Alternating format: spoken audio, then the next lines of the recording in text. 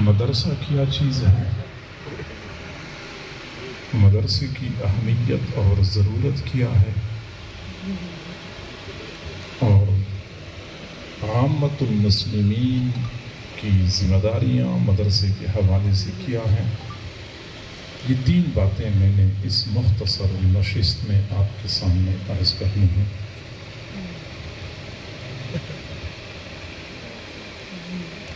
میرے حضرت، میرے پیر و مرشد حضرت مولانا حافظ پیر ذوالفقار احمد صاحب نقشبندی مجددی دامت برکاتہم العالیہ کے جو شیخ و مرشد تھے،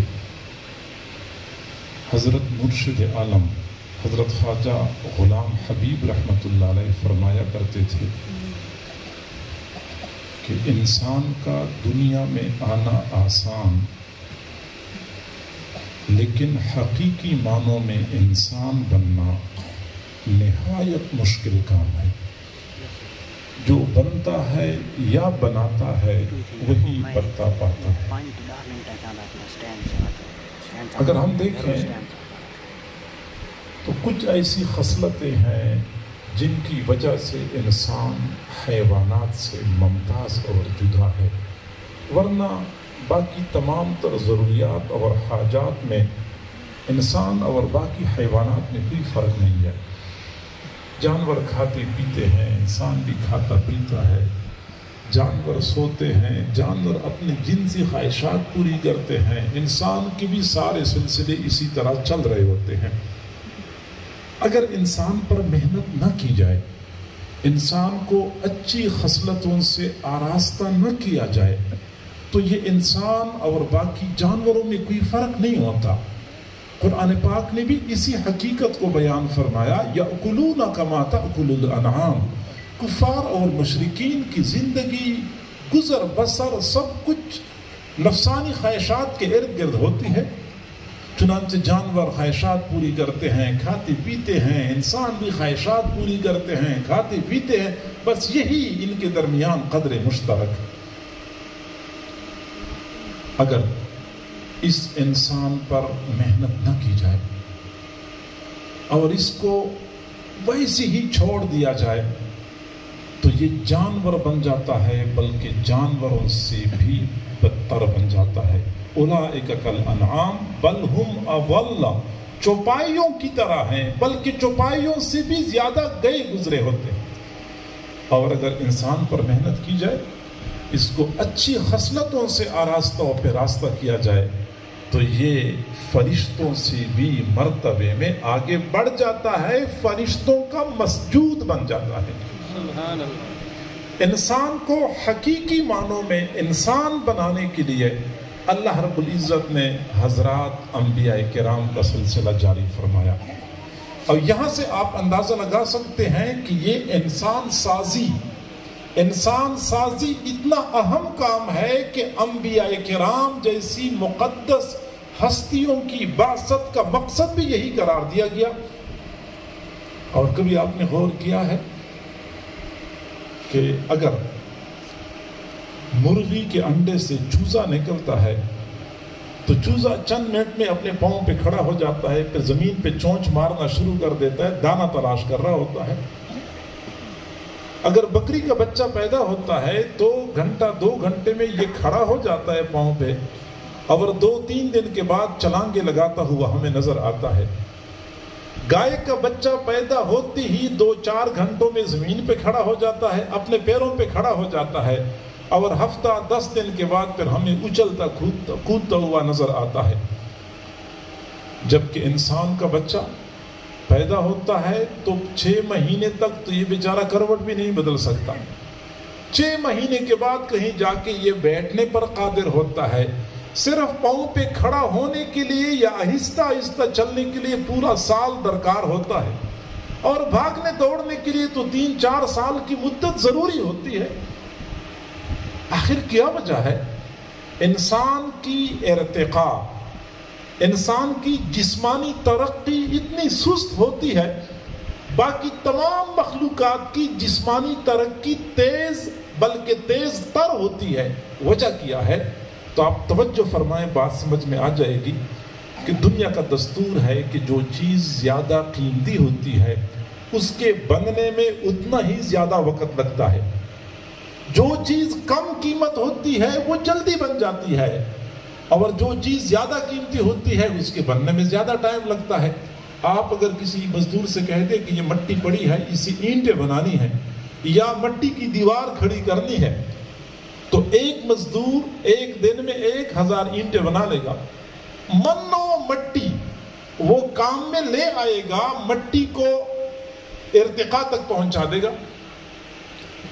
اور اگر آپ چاہیں تو لوہار کو لوہا حوالہ کر دیں کہ آپ نے اس لوہے سے قیمتی چیزیں بنانی ہیں، تو ایک لوہار لوہے سے کلہاڑے بناتا ہے بالفرض، تو 1 من لوہا ایک دن میں کوٹ لے گا۔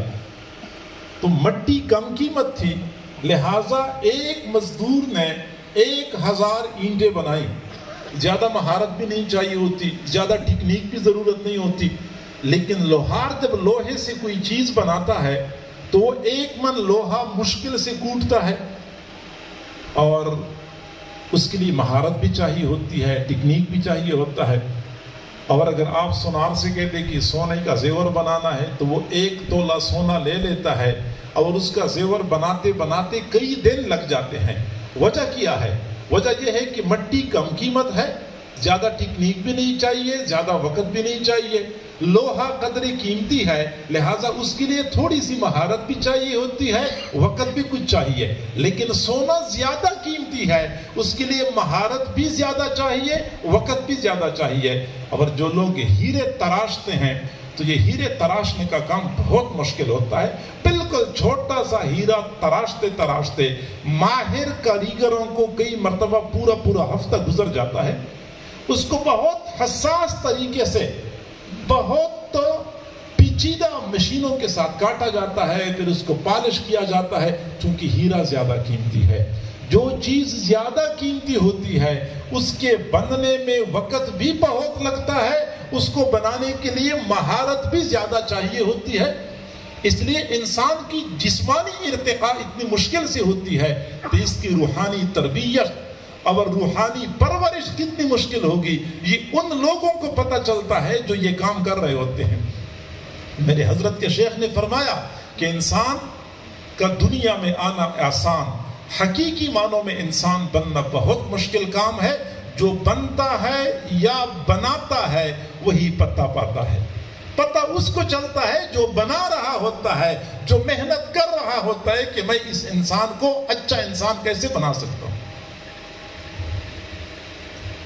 اور معزز سامعین، کبھی آپ نے اس بات پہ غور کیا ہے کہ انسان کو اللہ رب العزت نے یہ کمال عطا فرمایا ہے کہ یہ کم قیمت چیز پہ محنت کرتا ہے تو اس کو قیمتی بنا دیتا ہے۔ کم قیمت لکڑی پہ محنت کرتا ہے، لکڑی قیمتی بن جاتی ہے۔ کم قیمت پلاسٹک پہ محنت کرتا ہے، پلاسٹک قیمتی بن جاتا ہے۔ کم قیمت لوہے پہ محنت کرتا ہے، لوہا قیمتی بن جاتا ہے۔ کم قیمت پتھر پہ محنت کرتا ہے، پتھر قیمتی بن جاتا ہے۔ انسان کا یہ کمال ہے کہ یہ اگر بندر پہ محنت کرے، اس کو ناچنا، اچلنا، کودنا سکھائے تو بندر قیمتی بن جاتا ہے۔ یہ اگر ریچھ پر محنت کرے، ریچھ کو کرتب سکھائے تو ریچھ قیمتی بن جاتا ہے۔ یہ گھوڑے پر محنت کرے، گھوڑے کو ڈانس کرنا سکھائے تو گھوڑا قیمتی بن جاتا ہے۔ یہ طوطے پر محنت کرے، طوطے کو بولنا سکھائے تو طوطا قیمتی بن جاتا ہے۔ اور آپ حیران ہو جائیں گے کہ انسان جب کتے پہ محنت کرتا ہے تو کتا قیمتی بن جاتا ہے۔ آپ لوگوں نے دیکھا ہوگا بھرے مجمع میں آپ بڑے خطیب صاحب کو بلاتے ہیں، اور بڑے مولا نامی گرامی خطیب بیان کے لیے بلایا، نعت خوانوں کو بلایا بیان کے لیے، تو خطیب صاحب کی فیس کتنی ہے؟ میں خطیبوں کی بات کرتا ہوں تو کسی کی فیس 20,000 ہوتی ہے، کسی کی 25,000 ہوگی، کسی کی 30,000 ہوگی۔ آپ لوگوں کو پتہ ہے، ہمیں تو زیادہ پتہ نہیں ہے۔ بہرحال بڑے سے بڑے خطیب کی فیس 40 اور 50,000 ہوگی۔ خطیب کو ہم بلاتے ہیں، 1 گھنٹہ پہلے پہنچتا ہے، پھر ہم ان سے بیان کرواتے ہیں، پھر اس کے بعد 1 گھنٹہ بعد کہیں بٹھائے رکھتے ہیں، پھر رخصت کرتے ہیں۔ یہ تو ہے خطیبوں کا کام۔ دوسری جانب کسی کے گھر میں چوری ہو جاتی ہے تو چوری کے لیے سراغ رساں کتوں کو بلایا جاتا ہے، اور آپ یقین کریں کتے آتے ہیں 15 منٹ میں اپنا کام مکمل کر لیتے ہیں، اور کتے کی فیس 1 لاکھ روپیہ ہوتی ہے۔ ایئر کنڈیشن گاڑی میں اس کو لانا پڑتا ہے، پھر اس کو لے کے جانا پڑتا ہے، 1,00,000 روپے فیس ادا کرنی ہوتی ہے، کیونکہ کتے پر محنت ہو چکی ہوتی ہے، کتے کو سکھایا گیا ہوتا ہے۔ یہ انسان اگر کتے پر محنت کرے تو کتا بھی اتنا قیمتی بن جاتا ہے۔ حضور صلی اللہ علیہ وسلم نے کتی کی ناپاکی کے بارے میں فرمایا کہ اتنا ناپاک ہے، اتنا حقیر ہے، فرمایا کہ یہ کتا کسی برتن کو منہ لگا لے تو برتن کو 7 مرتبہ دھو لو، 8ویں مرتبہ اچھی طرح ریت کے ساتھ دھلائی کرو، یہ اتنا ناپاک ہے۔ جس گھر میں کتا ہوتا ہے اس گھر میں رحمت کے فرشتے داخل نہیں ہوتے۔ یہ کتا اتنا ناپاک، اتنا حقیر، گھٹیا، لیکن اگر انسان اس کتے پر محنت کرے اور اس کو شکار کرنے کا طریقہ سکھائے اور وہ شکاری کتا بن جائے، پھر یہ انسان کتے کو شکار پہ چھوڑتا ہے، پھر کتا شکار کو پکڑتا ہے، پھر وہ شکار کتے کے منہ میں مر جاتا ہے، پھر وہ مرا ہوا شکار مالک کے پاس لے کے آتا ہے۔ شریعت کہتے ہیں کہ یہ مرا ہوا شکار بھی کھانا حلال ہے، ذبح نہیں کیا، ویسے ہی مالک تک پہنچ گیا۔ کیوں؟ کیونکہ یہ اس کتے نے پکڑا ہے جس کتے پر محنت ہو چکی ہے، اس کو سکھایا گیا ہے، اس کو تعلیم دی گئی ہے۔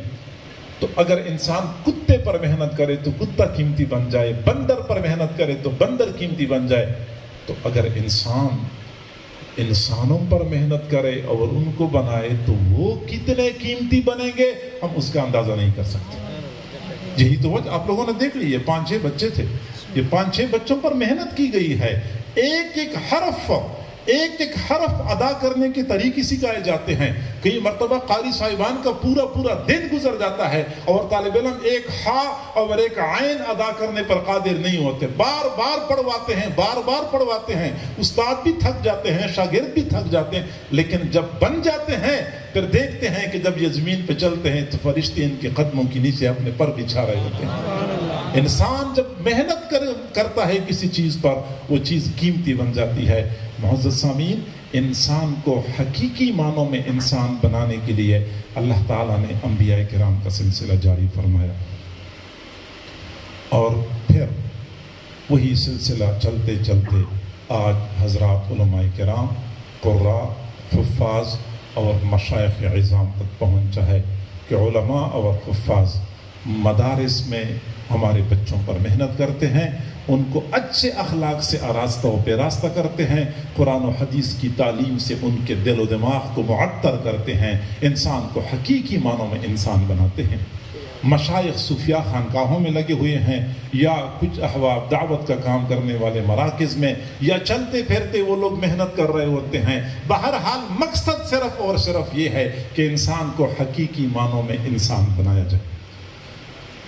اور معزز سامعین، مدارس کی تاریخ اتنی پرانی ہے جتنی اسلام کی تاریخ پرانی ہے۔ مدرسہ اتنا پرانا ہے جتنا اسلام پرانا ہے۔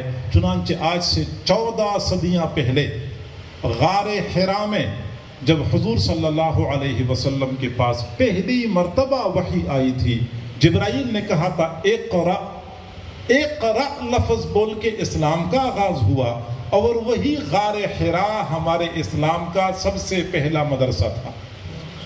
پھر وہ غار حرا سے دار ارقم میں منتقل ہو گیا، پھر دار ارقم سے جا کے مدینہ منورہ میں صوفہ میں منتقل ہو گیا، پھر یہ مختلف صورتیں بدلتے کروڑ میں پہنچ گیا، دارالعلوم عیدگاہ کی صورت میں متشکل ہو گیا۔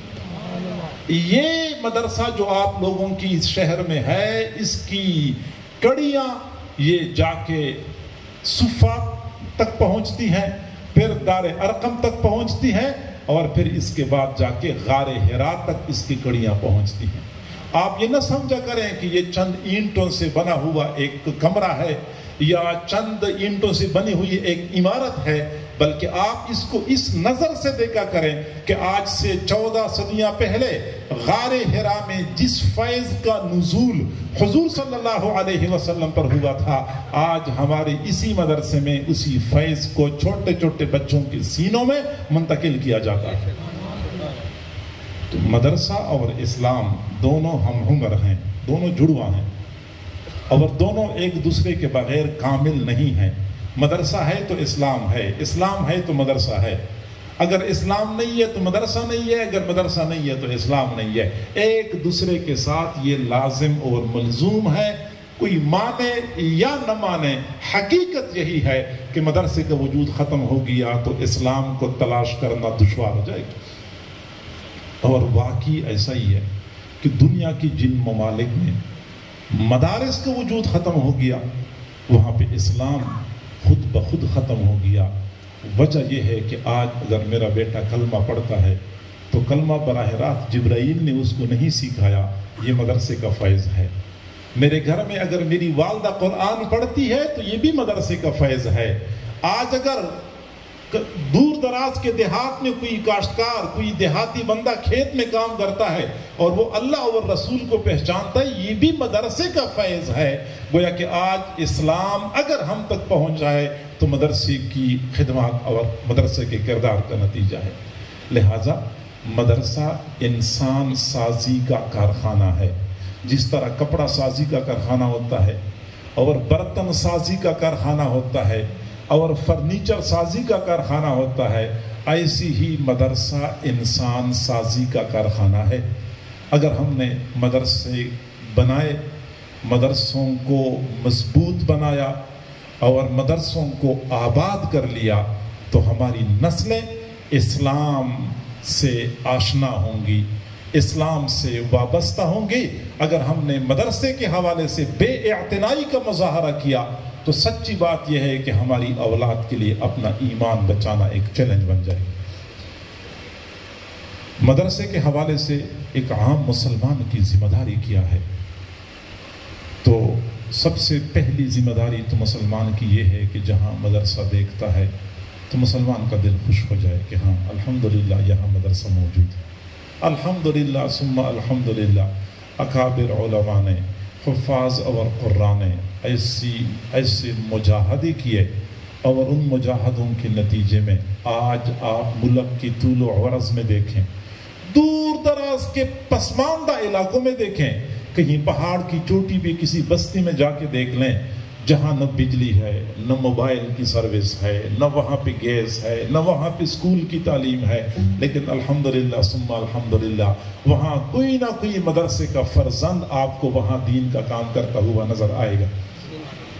جہاں زندگی کی کوئی سہولت میسر نہیں ہے وہاں قرآن کی تعلیم کی سہولت میسر ہوتی ہے۔ یہ ان علماء، حفاظ اور قراء کی قربانیوں کا نتیجہ ہے۔ ہم نے کیا کرنا ہے؟ مدرسہ دیکھے تو خوش ہو جائیں۔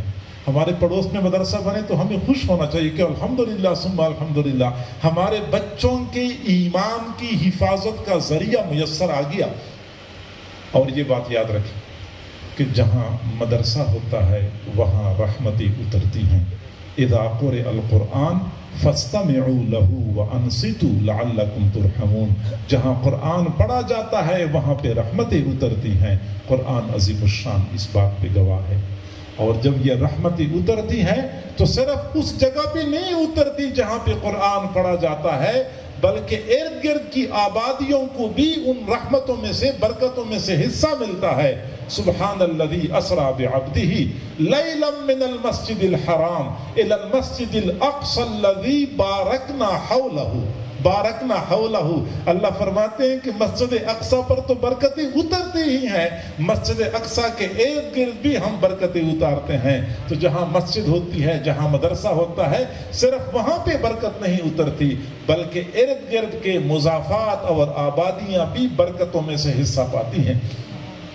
حضرت مولانا محمد قاسم نانوتوی رحمۃ اللہ علیہ سے کسی نے عرض کیا کہ حضرت یہ بات مجھے سمجھ نہیں آتی کہ لوگ یہ کہتے ہیں کہ اگر قبرستان میں کوئی نیک مردہ مدفون ہوتا ہے تو اس کے اوپر جو رحمتیں اترتی ہیں تو آس پاس کی قبروں پر بھی رحمتیں اترتی ہیں اور ان کو بھی رحمتوں میں سے حصہ مل رہا ہوتا ہے، یہ کیسے؟ مجھے بات سمجھ نہیں آ رہی۔ حضرت نانوتوی رحمۃ اللہ علیہ تشریف فرماتے تو وہ ایک خادم تھا، وہ پنکھا چلا رہا تھا۔ وہ پرانے زمانے میں جو پنکھ کے نیچے چھت کے ساتھ لٹکاتے تھے تو رسی کے ساتھ کھینچتے تھے، تو ساتھ وہ سوال کرنے والا بیٹھا ہوا تھا۔ تو حضرت نے فرمایا کہ یہ پنکھا چل رہا ہے کس کے لیے چل رہا ہے؟ کہتے ہیں حضرت آپ کے لیے چل رہا ہے اور کس کے لیے چل رہا ہے؟ کہتے ہیں اچھا ہوا مجھے محسوس ہو رہی ہے، آپ کو بھی محسوس ہو رہی ہے؟ کہتے ہیں ہاں مجھے بھی محسوس ہو رہی ہے۔ کہتے ہیں یہی آپ کے سوال کا جواب ہے، پنکھا میرے لیے چل رہا ہے لیکن میرے ساتھ آپ چونکہ بیٹھے ہوئے ہیں تو آپ کو بھی حصہ مل رہا ہے۔ ایسی ہی جہاں مدرسہ ہوتا ہے آس پاس کی آبادیوں پر بھی رحمتیں اترتی ہیں، اللہ والوں کے پاس بیٹھتے ہیں، اللہ والوں پر رحمتیں اترتی ہیں، تو ساتھ ہم نشین بھی اللہ کی رحمت سے محروم نہیں ہوتے۔ مدرسہ خیر کا مرکز ہے، مدرسے کی وجہ سے ہماری آبادیاں محفوظ ہیں۔ حضرت شاہ ولی اللہ رحمۃ اللہ علیہ نے فرمایا کہ میں کشف کی نگاہ سے دیکھ رہا ہوں، میں کشف کی نگاہ سے دیکھ رہا ہوں کہ ایک بستی، ایک علاقے کے لوگوں کے اعمال اتنے بگڑ جاتے ہیں، اللہ تعالیٰ کو عرش پہ جلال آتا ہے، فرشتوں کو حکم دیتا ہے کہ جاؤ ان لوگوں کے نیچے سے زمین کو اٹھا دو، الٹ دو، ان سب کو تباہ و برباد کر دو۔ فرشتے زمین پہ آتے ہیں، حالات کا جائزہ لیتے ہیں، پھر اللہ سے عرض کرتے ہیں کہ اللہ آپ نے تو ہمیں بھیجا ہے کہ ان لوگوں کے نیچے سے زمین کو الٹ دو۔ جبکہ وہاں تو دیکھا دارالعلوم میں چھوٹے چھوٹے بچے قرآن پڑھتے ہوئے نظر آ رہے ہیں۔ اللہ تعالیٰ فرماتے اچھا بچے قرآن پڑھ رہے ہیں؟ جی ہاں اللہ بچے قرآن پڑھ رہے ہیں۔ اچھا پھر بستی والوں سے 40 سال کے لیے عذاب کو مؤخر کر دو۔ وہاں بچے قرآن پڑھ رہے ہیں، پتہ نہیں ان مدرسوں کی وجہ سے کیا کیا عذابات ہم سے ٹلتے ہیں۔ پچھلے زمانوں میں، پچھلی امتوں میں اگر کسی قوم کے اندر ایک خرابی عام ہو جاتی تھی، اسی ایک خرابی کی وجہ سے وہ قوم تباہ و برباد ہو جاتی تھی، اور آج ہماری اس قوم میں سابقہ امتوں کی ساری خرابیاں موجود ہیں، لیکن پھر بھی اللہ اس قوم کی حفاظت کرتا ہے، پھر بھی بارش اترتی ہے، پھر بھی زمین سے سبزہ اگتا ہے، پھر بھی درختوں پہ پھل لگتے ہیں۔ وجہ کیا ہے؟ وجہ اور کچھ بھی نہیں ہے، ہاں اس روئی زمین پر دینی مدارس ہیں، دین کا کام کرنے والے مراکز ہیں، جن کی وجہ سے اللہ تعالی ہماری حفاظت کرتا ہے۔ تو معزز سامعین، مدرسے کی وجہ سے ہماری آبادیاں محفوظ ہیں۔ میں بارہا لوگوں سے کہتا ہوں کہ لوگ کہتے ہیں کہ ہم مدرسہ چلا رہے ہیں، میں مدرسہ چلا رہا ہوں، تو میں کہتا ہوں مدرسہ ہم نہیں چلا رہے، مدرسوں کی وجہ سے ہم چل رہے ہیں، مدرسوں کی وجہ سے ہم چل رہے ہیں۔ یہ جو آپ کو گرم بازار نظر آتے ہیں جہاں پہ سودا سلف لوگ خرید رہے ہوتے ہیں، کوئی خریدتا ہے کوئی بیچتا ہے، یا آپ کو کھیتوں میں لہلہاتے فصلیں نظر آتی ہیں، یا آپ کو باغات میں پھلوں سے لدے ہوئے درخت نظر آتے ہیں، یا پھر آپ کو سڑکوں پہ بھاگنے والی چمکتی دمکتی کاریں نظر آتی ہیں، یہ سارا سسٹم مدرسے کی وجہ سے چل رہا ہے۔ سچی بات ہے اگر مدرسہ ختم ہو گیا تو نظام درہم برہم ہو جائے گا۔ مدرسے کا وجود اس کائنات کی وجود کے لیے ضروری ہے، کائنات کی بقا کے لیے ضروری ہے، لہذا مدرسہ کو بندہ دیکھے تو کبھی دل برداشت نہ ہو کہ یہاں بھی مدرسہ بن گیا، یہاں بھی بن گیا، بلکہ بندہ سوچے کہ الحمدللہ یہاں مدرسہ بنا ہے، وہاں بن گیا، فلاں جگہ بن رہا ہے، خوشی کا اظہار بندہ کرے۔ یہ ایک مسلمان کی ذمہ داری ہے۔ مسلمان کی دوسری ذمہ داری یہ ہے کہ مدرسے کے ساتھ، اہل مدرسہ کے ساتھ اخلاقی طور پہ تعاون کریں۔ اخلاقی تعاون سے یہ مراد ہے کہ آج کے زمانے میں ایک منظم منصوبے کے تحت مدرسے کے کردار کو دھندلا کیا جا رہا ہے۔ علماء اور حفاظ اور قراء سے لوگوں کو بیزار کیا جا رہا ہے۔ ہر 2-4 بندے جب بیٹھ جاتے ہیں تو علماء پر تنقید شروع کر دیتے ہیں، علماء کی نکتہ چینیاں شروع کر دیتے ہیں۔ تو ایسے حالات میں مدرسے کا دفاع اور مدرسے والوں کا دفاع ایک مسلمان ہونے کے ناطے ہمارا فریضہ ہے۔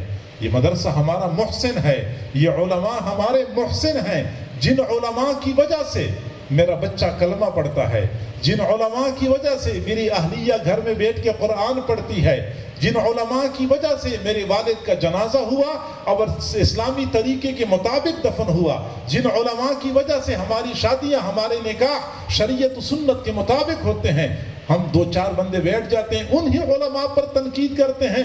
اپنے محسنین کے ساتھ اس قدر برا سلوک کرنا شاید روئی زمین پر کوئی اور نہیں کرتا ہوگا جتنا ہم کرتے ہیں۔ علماء ایسے ہیں، علماء ایسے ہیں۔ کل خدا نہ خواستہ والد صاحب فوت ہو گئے تو پھر مولانا صاحب کہاں پہ ہیں؟ وہ مولانا صاحب کی کیا ضرورت ہے؟ ان علماء سے برا طبقہ تو روئی زمین پر کوئی دوسرا ہے ہی نہیں، تو پھر کیا ضرورت ہے کہ والد کے جنازے کے لیے مولانا صاحب کو تلاش کرتے ہو، نکاح کے لیے مولانا صاحب کو تلاش کرتے ہو، بچہ پیدا ہو گیا تو اذان کے لیے مولانا صاحب کو تلاش کرتے ہو، ادھر کہتے ہو کہ سارا فساد ہی ان کا برپا کردہ ہے، اور ادھر کہتے ہو کہ مولوی صاحب کہاں گئے؟ جنازہ پڑھوانا ہے، مولوی صاحب کہاں ہے؟ نکاح پڑھوانا ہے۔ چند سال پہلے کی بات ہے، قربانی کے دن قریب تھے تو ایک بندے نے کوئی تحریر بھیجی اور اس نے بڑی ہی زیادہ اخلاص کے ساتھ لکھا تھا تحریر میں کہ قربانی آ رہی ہے تو قربانی کی کھا لیں، احتیاط سے صرف کیا کرے، تمہاری قربانی خراب ہو جائے گی، ایسا نہ ہو کہ تم مدارس کو دے دو، مدارس میں دہشت گردی سکھائی جاتی ہے۔ تو میں نے اس سے کہا کہ زور لگاؤ، غیرت کا مظاہرہ کرو، قربانی کی کھالے نہیں دیتے، اور نبی کا منبر ان مولویوں کے حوالے کیا ہوا ہے، قربانی کی کھالے نہیں دیتے، کہتے ہیں دہشت گردی کر رہے ہیں یہ لوگ، اور نبی کا منبر ان لوگوں کے حوالے کیا، منبر بھی ان سے لے لو، محراب پہ بھی قبضہ کر لو، کر سکتے ہو، نمازیں خود پڑھایا کرو، جنازے خود پڑھایا کرو، قیامت کی صبح تک تم لوگ یہ ذمہ داری نہیں سنبھال سکتے۔ تنقید کرنا آسان ہوتا ہے میرے بھائیو، اللہ کے لیے یہ علماء اپنی ذمہ داریاں پوری کر رہے ہیں، نہیں کر رہے، قیامت کے دن یہی لوگ جو اللہ کے سامنے جواب دہ ہوں گے، ہم سے علماء کے بارے میں نہیں پوچھا جائے گا، اور ہم علماء پر تنقید کر کے خامخواہ میں اپنی ایمان کو خطرے میں نہ ڈالیں۔ ایک نشست میں ڈاکٹر کے صاحب کے ساتھ ہم بیٹھے ہوئے تھے، ڈاکٹر صاحبان سے معذرت کے ساتھ، ہمارے جھن میں ہے وہ چیسٹ اسپیشلسٹ ہے، اتنا بھی بتا دو، نام بتانا مناسب نہیں، تو دسترخوان پہ بیٹھے بھی کھانا نہیں آیا تھا، تو وہ ڈاکٹر صاحب نے جو مدارس کی اصلاح کے بارے میں مجھے بہت سارے نکات بتائے کہ مدرسے میں یہ کمی ہے، مدارس میں ایسا ہوتا ہے، مدارس میں ایسا ہوتا ہے، یوں ہونا چاہیے تو یوں ہونا چاہیے، میں سنتا رہا، اور آخر میں پھر میں نے کہا کہ ڈاکٹر صاحب کیا کریں، ہماری اس قوم کی بدقسمتی ہے، ہماری اس قوم کی بدقسمتی ہے کہ ہم جیسے نااہل لوگوں کو مدارس دیے گئے جس کی وجہ سے مدارس کا کام ٹھیک نہیں چل رہا، اور آپ جیسے ذی استعداد اور قابل لوگ ہسپتالوں میں چلے گئے، اگر آپ لوگوں کو مدرسے حوالے کر دیے جائیں تو مدرسوں کا نظام اتنا بہتر ہو جائے گا جیسا کہ ہسپتالوں کا نظام بہتر ہے۔ بس پھر جب تک میں بیٹھا رہا پھر وہ بولا نہیں، کیونکہ میں نے بولنے کا چھوڑا نہیں تھا اس کو، اور پھر میں نے یہی بات ایک اور وکیل دوست کے سامنے پیش کر لی، وکیل صاحب یہی باتیں کر رہے تھے، میں نے کہا وکیل صاحب کیا کریں، کاش کہ آپ جیسے حضرات یہاں مدارس میں آ جاتے تو شاید مدارس کا نظام اتنا بہتر ہو جاتا جس طرح کہ عدالتوں کا نظام بہتر۔ تو میرے بھائیو، تنقید نہ کریں علماء پر، کیونکہ یہ ہمارے محسن ہیں، اور اگر آپ کو نہیں پتا، مجھے نہیں پتا کہ عالم کا مقام اور مرتبہ کیا ہے، اللہ کے ہاں یہ کس قدر قرب رکھتے ہیں، اگر مجھے نہیں پتا تو مجھے چاہیے کہ میں کراچی کے سمندر کے ساحل پہ چلا جاؤں، وہاں مچھلیوں سے پوچھوں کہ مچھلیوں، تمہیں اللہ رب العزت نے حکم دیا ہے کہ 24 گھنٹے علماء کے لیے دعائیں کیا کرو، آخر کیا وجہ ہے؟ میں جا کے کسی سوراخ کے پاس کھڑا ہو جاؤں، چوینٹیوں سے پوچھوں کہ وہ چوینٹیوں تم علماء طلباء کے لیے دعائیں کیوں کرتے ہو؟ میں جنگل میں جا کے چرند پرند سے پوچھوں کہ تم علماء طلباء کے لیے کیوں دعائیں کرتے ہو؟ آخر کیا وجہ ہے؟ اللہ کے ہاں کوئی مقام اور مرتبہ ہے، اس لیے تو کائنات کی مخلوق کی ڈیوٹی لگائی ہے کہ تم لوگوں نے علماء طلباء کے لیے دعائیں کرنی ہے۔ حضرت آدم علیہ السلام اور فرشتوں کا آپس میں موازنہ ہوا، اور حضرت آدم علیہ السلام کے پاس علم زیادہ تھا، فرشتوں کے پاس علم کم تھا، تو اللہ رب العزت نے فوراً فرشتوں کو حکم دیا، اسجدوا لآدم، تم حضرت آدم علیہ السلام کے سامنے سجدہ کرو، حضرت آدم علیہ السلام کے سامنے سجدہ کرو۔ فرشتوں نے سجدہ کر لیا، شیطان نے سجدہ نہیں کیا، کہا انا خیر منہ، میں اس سے بہتر ہوں، اس سے تو میں بہتر ہوں۔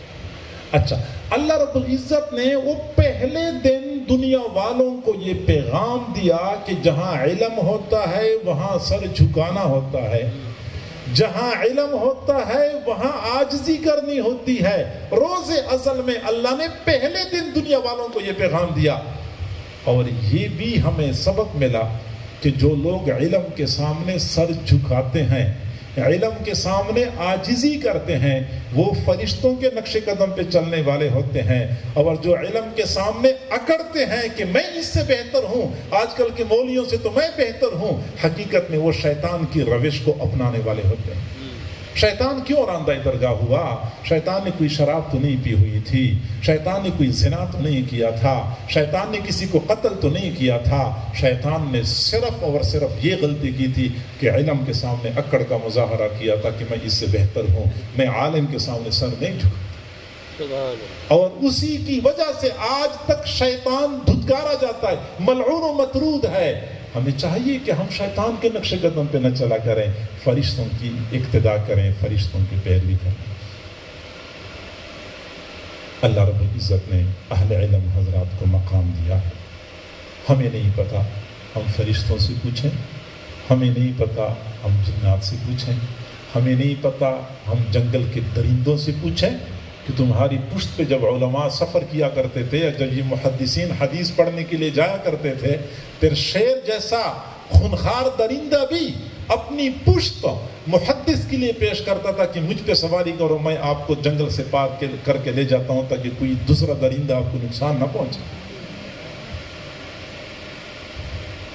حضرت مرزا مظہر جان جانا رحمت اللہ علیہ ہمارے سلسلے کے بہت بڑے بزرگ گزرے ہیں۔ ان کے ایک خلیفہ تھے، خلیفہ بھی تھے اور ماشاءاللہ بہت بڑے محدث مفسر بھی تھے، حضرت قاضی ثناء اللہ پانی پتی رحمت اللہ علیہ۔ تو حضرت قاضی ثناء اللہ پانی پتی رحمت اللہ علیہ کو اپنے شیخ سے اتنی محبت تھی کہ انہوں نے اپنی ایک تفسیر لکھی، تفسیر کا نام تفسیر مظہری رکھا، اور شیخ کو اپنی مرید سے اتنی محبت تھی کہ شیخ فرمایا کرتے تھے کہ اگر قیامت کے دن مجھ سے اللہ پوچھ لے کہ میرے پاس کیا لے کے آئے ہو، تو میں عرض کروں گا کہ اللہ میں قاضی ثناء اللہ پانی پتی کو لے کے آیا، اور قاضی ثناء اللہ پانی پتی کی وجہ سے میری مغفرت ہو جائے گی۔ اتنا اعتماد تھا، اور کئی مرتبہ ایسا ہوتا تھا کہ حضرت مرزا مظہر جان جانا رحمت اللہ علیہ اپنی مجلس میں بیٹھے ہوتے تھے، اچانک فرماتے تھے بھائی راستہ دے دو، راستہ دے دو، قاضی ثناء اللہ پانی پتی تشریف لا رہے ہیں۔ تھوڑی دیر بعد لوگ دیکھ لیتے تھے قاضی ثناء اللہ پانی پتی آ رہے ہوتے تھے۔ یہ کئی مرتبہ ایسا ہو گیا، آخر کسی نے پوچھا کہ حضرت ایسا کیسے آپ کو پتہ چل جاتا ہے کہ قاضی ثناء اللہ پانی پتی تشریف لا رہے ہیں؟ چونکہ قاضی ثناء اللہ پانی پتی رحمت اللہ علیہ بہت بڑے عالم تھے۔ تو حضرت نے فرمایا کہ جب میں دیکھتا ہوں کہ فرشتے قطار در قطار کھڑے ہو گئے ہیں، میں سمجھ جاتا ہوں کہ قاضی ثناء اللہ پانی پتی کے استقبال کی تیاری ہو رہی ہے۔ جی ہاں، فرشتے ان کے استقبال کے لیے کھڑے ہوتے ہیں۔ حضرت مولانا انور شاہ کشمیری رحمت اللہ علیہ کی جب وفات کی رات تھی، ان کی اہلیہ کا بیان ہے کہ رات کا وقت تھا، میں اپنے حضرت اپنے خاوند کی خدمت میں مصروف تھی، تو آدھی رات کے وقت میں نے کمرے کی کھڑکی کھولی، سردیوں کا موسم تھا، کمرے کے اندر تھے، میں نے کھڑکی کھولی تو میں نے کیا دیکھا کہ گھر کے صحن میں سفید کپڑوں میں ملبوس، سفید پگڑیاں باندھے ہوئے اتنے لوگ موجود تھے کہ گھر میں تو قدم رکھنے کی جگہ بھی نہیں تھی۔ میں حیران تھی، میں نے کہا یا اللہ یہ لوگ اس وقت کہاں سے آ گئے؟ میرا خیال یہ تھا کہ شاید مدرسے کے طلباء اور استاد حضرت کی عیادت کے لیے آئے ہیں۔ پھر میں نے سوچا کہ آدھی رات کا وقت ہے، اس وقت کون عیادت کے لیے آتا ہے؟ میں یہ بات سوچ رہی تھی کہ حضرت نے فرمایا کہ مجھے پانی پلا دو۔ میں نے پانی اٹھایا، حضرت کو سہارا دیا، پانی پلایا، پھر حضرت نے سر تکیے پہ رکھا اور لا الہ الا اللہ فرمایا، روح پرواز کر گئی۔ تب میں سمجھ گئی کہ جی ہاں، وہ سفید کپڑوں میں ملبوس لوگ حقیقت میں فرشتے تھے جو حضرت کی روح کو پروٹوکول دینے کے لیے آئے ہوئے تھے۔ جی ہاں میرے بھائیوں، علماء کا مقام اور مرتبہ بہت بلند، یہ اللہ کے لاڈلے ہیں۔ میں کہتا ہوں یہ اللہ کے لاڈلے ہیں، اور لاڈلے کئی مرتبہ غلطی بھی کر جاتے ہیں، پھر بھی اس سے صرف نظر کیا جاتا ہے، یہ اللہ کے لاڈلے ہیں۔ اللہ تعالیٰ نے قرآن پاک میں ارشاد فرمایا، اہل علم حضرات سمجھتے ہیں، ثم اورثنا الکتاب الذین اصطفینا من عبادنا، فمنهم ظالم لنفسه ومنهم مقتصد ومنهم سابق بالخيرات ذلك هو الفضل الكبير جنات عدن يحلون فيها من أساور من ذهب ولؤلؤا ولباسهم فيها حرير. یہ فرمایا کہ میں نے کتاب کا وارث ان لوگوں کو بنایا جو میرے چنے ہوئے بندے تھے. کتاب کا وارث بنایا. کتاب کا وارث کن کو بنایا؟ علماء کو بنایا, حفاظ کو بنایا, قراء کو بنایا. میں نے کتاب کا وارث ان لوگوں کو بنایا جو میرے چنے ہوئے بندے ہیں. اچھا پھر ان میں سے بعض تو وہ ہیں جو ظلم کرنے والے ہیں, یعنی کتاب پہ عمل نہیں کرتے, زیادتی کرتے ہیں. بعض وہ ہیں جو اعتدال کے ساتھ زندگی گزارتے ہیں, کبھی غلطی ہو جاتی ہے, کبھی نیکیاں بھی کر لیتے ہیں. وَمِنْهُمْ سَابِقٌ بِالْخَيْرَاتِ, اور بعض وہ ہیں جو نیکیوں میں سب سے آگے بڑھنے والے ہیں. فرمایا ذَلِكَ هُوَ الْفَضْلُ الْكَبِيرُ, یہ ان کے لیے فضل کبیر ہے. يَدْخُلُونَ الْجَنَّةَ, یہ جنت میں داخل ہوں گے. جنت گویا کہ تینوں طبقات جنت میں داخل ہوں گے. حضرت کعب الاحبار رحمہ اللہ سے کسی نے پوچھا, فرمایا تینوں طبقات جنت میں داخل ہوں گے, جو سابق بالخیرات ہیں وہ بھی, جو مقتصد ہیں وہ بھی, جو ظالم لنفسہ ہی ہیں وہ بھی جنت میں داخل ہوں گے. حضرت امام احمد بن حنبل رحمۃ اللہ علیہ نے مسند احمد بن حنبل میں ایک حدیث نقل فرمائی ہے کہ قیامت کے دن اللہ تعالیٰ علماء کو بلائیں گے. جب علماء جمع ہو جائیں گے تو اللہ تعالیٰ فرمائیں گے یا معشر العلماء, اے علماء کی جماعت, انی لم اضع فیکم علمی لأعذبکم, میں نے تمہیں علم اس لیے نہیں دیا تھا کہ میں تمہیں عذاب دے دوں. میں نے علم دیا تھا, اس وقت میں نے فیصلہ کیا تھا کہ میں تمہاری مغفرت کروں گا, جاؤ بغیر حساب کتاب کے جنت میں داخل ہو جاؤ. میں یہ ہرگز نہیں کہتا کہ علماء معصوم ہوتے ہیں اور وہ کبھی غلطی نہیں کرتے. غلطی ہو جاتی ہے, انسان ہے. اور میں یہ بھی نہیں کہتا کہ غلطی کے باوجود بھی ان کو انعام دیا جائے, ان کا اکرام کیا جائے. نہیں, غلطی ہو جائے تو جو طریقہ ہے, جو ترتیب ہے, اس ترتیب کے مطابق ان کے ساتھ سلوک کیا جائے. قانون ہے, شریعت ہے, جو بھی ہے سلوک کیا جائے. لیکن خالصتاً علماء کی اوپر کیچڑ اچالتے رہنا, ان کو موضوعی سخن بنائے رکھنا اور خامخواہ میں اپنے ایمان کو خطرے میں ڈالنا, یہ کوئی سمجھداری اور دانائی والی بات نہیں ہے. اور افسوس کی بات تو یہ ہے, آج ہمارے ہاں علماء کے لیے پیمانہ اور ہے, عام لوگوں کے لیے پیمانہ اور ہے. یونیورسٹی کا ایک پروفیسر غلطی کرتا ہے, وہ روٹین کی کارروائی پرواہ نہیں ہے. اور اگر ہسپتال میں کوئی ڈاکٹر ہسپتال کے اندر آئی ہوئی مریضہ کو جنسی ہوس کا نشانہ بنا دیتا ہے, یہ بھی روٹین کی کارروائی پرواہ نہیں ہے. عدالت میں انصاف کے حصول کے لیے جج کے پاس آئی ہوئی خاتون کی عزت پامال ہو جاتی ہے, کہتے یہ بھی روٹین کی کارروائی پرواہ نہیں ہے. لیکن کسی ایک واقعے کو بنیاد بنا کے پوری دنیا میں شور اٹھانا, یقیناً یہ علماء کے ساتھ بغض کی دلیل ہے, علماء سے بیزاری کی دلیل ہے. اور اس طرح دین بیزاری اور علم بیزاری, اس میں علماء کا نقصان ہوتا ہے یا نہیں ہوتا؟ ہمارا نقصان ضرور ہو جاتا ہے, ہمارا نقصان ضرور ہو جاتا ہے. آپ علماء کا موازنہ حضرات صحابہ کرام کے ساتھ نہ کیا کریں, علماء کا موازنہ انبیاء کرام کے ساتھ نہ کیا کریں. صحابہ کرام تو ایسے تھے اور آج کل کے مولوی ایسے, بھائی 15ویں صدی ہے. ہاں اگر انصاف ہے, انصاف, تو علماء کا موازنہ اپنی ذات کے ساتھ کیا کریں. علماء کا موازنہ اپنی ذات کے ساتھ کیا کریں کہ میں کیا ہوں, میں کتنا نیک ہوں, میں کتنا پاکیزہ اور پاک دامن ہوں. تو پتہ چل جائے گا کہ علماء تو ہمارے مقابلے میں فرشتے ہیں, فرشتے. تو معزز سامعین, میرے بھائیوں, میں اس لیے نہیں کہہ رہا کہ میرا تعلق بھی مدرسے کے ساتھ ہے, میں اس لیے نہیں کہہ رہا کہ میں بھی ایک طالب علم ہوں. الحمدللہ میں ایک طالب علم ہوں. کوئی بندہ تنقید کرتا ہے, کوئی تعریف کرتا ہے, واللہ ذرہ برابر بھی فرق نہیں پڑتا.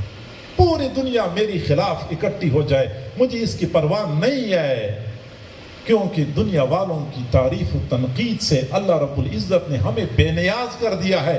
میں دنیا والوں کو بتاتا ہوں کہ دنیا والوں, اگر تم لوگ میرے قدموں کے نیچے ریڈ کارپیٹ نہیں بچھاتے, مجھے اس کا کوئی افسوس نہیں ہے, کیونکہ میرے رب کے فرشتے میرے قدموں کے نیچے پر بچھاتے ہیں. اور دنیا والوں, تم لوگ اگر سوشل میڈیا پہ میری کردار کشی کرتے ہو، میرے خلاف رائے عامہ کو ہموار کرتے ہو، مجھے اس کا کوئی افسوس نہیں ہے، کیونکہ سمندر میں مچھلیاں، سوراخوں میں چونٹیاں، جنگل میں چرند پرند میرے لیے دعائیں کرتی ہیں۔ اور دنیا والوں، تم الیکٹرونک میڈیا پہ، پرنٹ میڈیا پہ میرے خلاف پروپیگنڈا کرتے ہو، مجھ پہ تنقید کرتے ہو، مجھ پہ کیچڑ اچالتے ہو، مجھے اس کا کوئی ملال نہیں ہے، کیونکہ میرا رب فرشتوں کی مجلس میں میری تعریفیں کرتا ہے۔ مجھے دنیا والوں کی نہ تعریف کی ضرورت ہے، نہ تنقید سے کوئی فرق پڑتا ہے، مجھے میرے اللہ نے بے نیاز کر دیا ہے۔ میں اپنی ذات کے لیے نہیں کہہ رہا، میں حضرات علماء کی خاطر بھیک نہیں مانگ رہا کہ تم عزت کرو، بیچاروں کو تمہاری عزت کی ضرورت ہے۔ اتنا میں کہتا ہوں کہ اپنا ایمان بچانا ہے، اپنا ایمان بچانا ہے تو ان محسنین کے ساتھ یہ سلوک نہ کیا کریں۔ تو ایک تو مدارس کا، اہل مدارس کا اخلاقی تعاون کریں۔ اخلاقی تعاون کا یہ معنی ہے۔ دوسرا ہے کہ ان کا مالی تعاون بھی کرنا چاہیے۔ میرا یہ مزاج نہیں اس طرح لوگوں کو متوجہ کرنا کہ تم مدارس کے ساتھ تعاون کیا کرو، لیکن اس وقت میں یہ بات کیوں کر رہا ہوں؟ میں اگر آپ حضرات سے کہوں کہ نماز پڑھا کرو تو یہ میرا فرض ہے کہ میں آپ کو بتاؤں گا۔ میں کہوں کہ آپ زکوٰۃ دیا کریں تو یہ میرا فرض ہے۔ اسی طریقے سے یہ بھی میرا فرض ہے کہ میں آپ کو بتاؤں کہ مدرسے کا عامت المسلمین پر حق بنتا ہے کہ ہم اس کے ساتھ تعاون کریں، اس کے ساتھ تعاون کریں۔ اور اس میں مدرسے کا فائدہ کم ملحوظ ہے، آپ لوگوں کا فائدہ زیادہ مقصود ہے، آپ لوگوں کا فائدہ زیادہ مقصود ہے، کیونکہ میرا یقین ہے، میں قسم کھا کے کہتا ہوں، واللہ باللہ تاللہ، پاکستان کے 22 کروڑ عوام سارے مل جائیں اور 3 طلاقوں کی قسم کھائیں کہ ہم نے مدرسے کو 1 روپیہ نہیں دینا، پھر بھی مدرسے چلتے رہیں گے۔ یہ مدرسے ہمارے محتاج نہیں ہیں۔ اس لیے میں کہتا ہوں کہ میں مدرسے کے فائدے کی خاطر نہیں کہہ رہا، مسلمان بھائیوں کے فائدے کی خاطر کہہ رہا ہوں۔ شاید ہم کچھ چند روپیہ مدرسے میں دے دیں، شاید یہی عمل ہمارے لیے مغفرت کا ذریعہ بن جائے، شاید ہم کسی طالب علم کو کھانا کھلا دیں، ممکن ہے قیامت کے دن وہی طالب علم کی نظر ہم پہ پڑ جائے، اللہ تعالیٰ نے ان کو شفاعت کا حق دیا ہو اور وہ ہمیں ہاتھ سے پکڑ کے اپنے ساتھ لے جائے، ہمارا بیڑا پار ہو جائے گا۔ تو لہٰذا چاہیے کہ ہم مدارس کے ساتھ تعاون کر لیا کریں۔ مدارس ہمارے تعاون کے محتاج نہیں، ہم مدارس کے تعاون کے محتاج ہیں۔ ہندوستان میں ایک بہت بڑے نواب صاحب تھے اور اکثر فقراء اور مساکین ان کے دسترخوان پہ آتے تھے اور کھانے کھایا کرتے تھے، وہ کھلا کھانا کھلاتے تھے۔ تو ایک مرتبہ خواب میں حضور صلی اللہ علیہ وسلم کی زیارت ہوئی۔ حضور نے فرمایا کہ نواب صاحب، آپ روزانہ اللہ تعالیٰ کی دعوت کرتے ہیں، آپ نے ایک مرتبہ میری دعوت نہیں کی۔ اللہ کی دعوت روزانہ کرتے ہیں، میری دعوت ایک بار بھی نہیں کی۔ نواب صاحب حیران تھے، یا اللہ میں نے اللہ کی دعوت کب کی ہے اور میں رسول اللہ کی دعوت کیسے کر سکتا ہوں؟ صبح کے وقت علماء سے پوچھا کہ اس کی تعبیر کیا ہے۔ علماء نے کہا کہ چونکہ آپ مخلوق کے خدا کو کھلاتے پلاتے ہیں تو اللہ کی مخلوق کی دعوت ایسی ہے جیسا کہ اللہ کی دعوت ہو۔ مخلوق کو کھلانا ایسا ہے جیسا کہ اللہ کو کھلانا ہو۔ وہ حدیث شریف میں نہیں آتا کہ قیامت کے دن اللہ تعالیٰ ایک بندے کو بلائیں گے، میرے بندے میں دنیا میں بھوکا تھا، آپ نے مجھے کھانا نہیں کھلایا تھا، مجھے پیاس لگی تھی، آپ نے پانا نہیں پلایا تھا۔ تو بندہ کہے گا اللہ اب تو بھوک و پیاس سے مبرہ منزہ ہے۔ تو اللہ کہے گا میرا بندہ بھوکا تھا، اگر آپ ان کو کھانا کھلاتے ایسا ہوتا جیسے کہ مجھے کھانا کھلایا ہے۔ تو مخلوق کی دعوت ایسی ہے جیسا کہ اللہ کی دعوت ہوتی ہے، چونکہ آپ مخلوق کی دعوت روزانہ کرتے ہیں، ایسے ہے جیسا کہ آپ اللہ کی دعوت کرتے ہیں، لیکن آپ نے کبھی علماء طلباء کی دعوت نہیں کی ہے۔ اور یہ علماء طلباء رسول اللہ کے مہمان ہوتے ہیں۔ اگر آپ علماء طلباء کی دعوت کرتے، یہ ایسے ہوتا جیسا کہ آپ نے رسول اللہ کی دعوت کی۔ اب رسول اللہ سے محبت کرنے والے تو بہت سارے ہیں، رسول اللہ کے نام پہ قربان ہونے والے تو بہت سارے ہیں، لیکن وہی لوگ اصل عاشق ہوتے ہیں کہ وہ طلباء علماء کو رسول اللہ کے مہمانوں کی نظر سے دیکھتے ہیں، حقارت کی نظر سے نہیں دیکھتے، ان کو گھٹیا نہیں سمجھتے، بلکہ یہ سمجھا کریں کہ یہ ہمارے محبوب کے مہمان ہیں۔ تو جب ہمیں اپنے محبوب عزیز ہیں تو محبوب کی مہمان بھی ہمیں عزیز ہونے چاہیے، لہٰذا ہم ان کے ساتھ تعاون کر لیا کریں۔ میرے حضرت کے جو ایک خلیفہ ہیں حضرت مولانا سجاد نعمانی صاحب دامت برکاتہم العالیہ، یہ ہندوستان کے بہت بڑے عالم ہیں، حضرت مولانا منظور احمد نعمانی رحمۃ اللہ علیہ کے صاحبزادے ہیں۔ یہ فرماتے ہیں کہ جس وقت میں مدرسے میں پڑھتا تھا تو مدرسے میں ایک عجیب مسئلہ شروع ہو گیا کہ عصر کے وقت مدرسے کے دروازے پہ ایک بوڑھا آدمی آتا تھا ویل چیئر پہ، وہ سائیکل خود چلاتا تھا اور بوڑھا بھی تھا، ضعیف تھا، معذور تھا، تو دروازے کے پاس سائیکل کھڑی کر دیتا تھا، وہ 3 پہیوں والی سائیکل، اور پھر وہیں بیٹھا ہوتا تھا اور آنے جانے والے طلباء اور استادوں کی طرف دیکھ رہا ہوتا تھا۔ تو استادوں کو کسی نے کہا کہ اس طرح ایک بابا جی روزانہ آتا ہے اور بیٹھا رہتا ہے، نہ کسی کو کچھ کہتا ہے نہ کچھ مانگتا ہے۔ تو استاد جی نے فرمایا کہ اگلے دن جب یہ آ جائے تو مجھے بتائیں، میں ان سے خود ملاقات کرتا ہوں۔ اگلے دن استاد جی پہنچ گئے، بابا جی سے ملاقات ہوئی تو پوچھا، بابا جی آپ یہاں پہ روزانہ آتے ہیں، آپ کو پیسے چاہیے یا آپ کو کپڑا چاہیے، آپ کو کھانا چاہیے، یہاں پہ کیوں آپ پورا عصر سے لے کے مغرب تک بیٹھے رہتے ہیں؟ تو بابا جی کی آنکھوں میں آنسو آ گئے اور کہنے لگے، بیٹا میرے پاس اللہ کا دیا ہوا بہت کچھ ہے، مجھے کسی بھی چیز کی ضرورت نہیں ہے، ہاں ایک بڑے مقصد کے لیے میں یہاں پہ آتا ہوں۔ میرا مقصد یہ ہے کہ جس وقت میں جوان تھا ایک مرتبہ حضرت مولانا محمد یوسف کاندلوی رحمۃ اللہ علیہ کے ساتھ سے روزہ لگایا تھا، اور سے روزے کے ایام میں انہوں نے ہمیں فرمایا تھا کہ اس وقت تم جوان ہو، دین کی خدمت کر سکتے ہو، دین کی خدمت کیا کرو، لیکن ایک وقت آ جائے گا کہ معذور ہو جاؤ گے، بوڑھے ہو جاؤ گے، دین کی خدمت نہیں کر سکو گے، تو پھر میری ایک وصیت ہے کہ جب ایسی حالت ہو جائے تو تم آؤ مدرسے کے دروازے کے پاس بیٹھ جایا کرو، آنے جانے والے علماء طلباء کو محبت کی نظر سے دیکھا کرو، تمہارا ایمان محفوظ ہو جائے گا۔ ایمان محفوظ ہو جاتا ہے جب ہم علماء طلباء کو محبت کی نظر سے دیکھتے ہیں۔ تو لہٰذا ان کو حقارت کی نظر سے نہ دیکھیں، اخلاقی تعاون کیا کریں، مالی تعاون کیا کریں، اور مدرسے کے حوالے سے ہمارا اگلا فریضہ اور آخری فریضہ یہ کہ مدرسے کو آباد کرنے میں ہم کردار ادا کریں، اپنی اولادوں کو مدرسے میں بھیجیں، اولاد کو مدرسے میں بھیجیں، ان کو حافظ بنائیں، قاری بنائیں، عالم بنائیں۔ آج کل بہت منظم سازش کے تحت یہ کوشش کی جا رہی ہے کہ مدرسوں سے لوگوں کو روکا جائے، مدرسوں سے لوگوں کو بدگمان کیا جائے، وہ مدرسوں میں بچوں کو نہ بھیجا کرے، مدرسوں میں یہ مسائل ہوتے ہیں اور یہ مسائل ہوتے ہیں۔ سچی بات یہ ہے کہ جتنے مسائل یونیورسٹیوں میں ہوتے ہیں مدرسوں میں تو 1% بھی نہیں ہوتے، لیکن کوئی بندہ یہ نہیں کہتا کہ یونیورسٹی میں اپنی بچیوں کو نہ بھیجا کریں، یونیورسٹیوں میں اپنے بچوں کو نہ بھیجا کریں، لیکن مدارس کو بنیاد بنایا جاتا ہے اور لوگوں کو مدارس سے بیزار کیا جاتا ہے۔ ہمیں چاہیے کہ مدرسوں کو اور زیادہ آباد کرنے کی کوشش کریں تاکہ ان کو خاموش جواب مل جائے اور ان کے حوصلے پست ہو جائیں۔ اگر ہم نے یہ کام کر لیا تو ممکن ہے کہ قیامت کے دن یہ مدرسے کی ایک ایک اینٹ ہمارے لیے سفارشی بن جائے۔ یہ مسجدیں جتنی بھی ہیں یہ قیامت کے دن بیت اللہ میں شامل ہو جائیں گی۔ ہم نے اگر مسجدوں کو آباد کر لیا تو قیامت کے دن جب یہ مسجدیں بیت اللہ میں شامل ہو جائیں گی تو مسجد تو گواہی دے گی کہ یہاں پہ کون کون آتا تھا اور میرے پاس نماز پڑھا کرتا تھا۔